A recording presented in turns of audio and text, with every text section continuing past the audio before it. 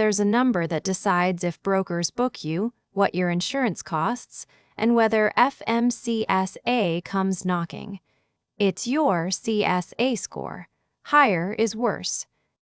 Your inspection and crash violations are grouped into 7 categories. The basics, things like unsafe driving, hours of service, and vehicle maintenance. You're ranked by percentile against similar carriers. The higher your percentile, the worse you look. Here's what you can control.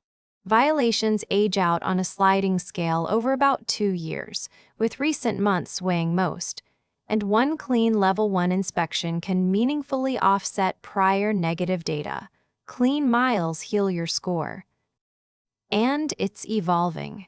The FMCSA overhaul through 2026 renames the basics to compliance categories and consolidates about 950 codes into roughly 116 groups. The basis is Title 49, Sections 31, 100 and on. Know your number before a broker does. Track your CSA picture on LoadWrap. Drive clean and protect your score.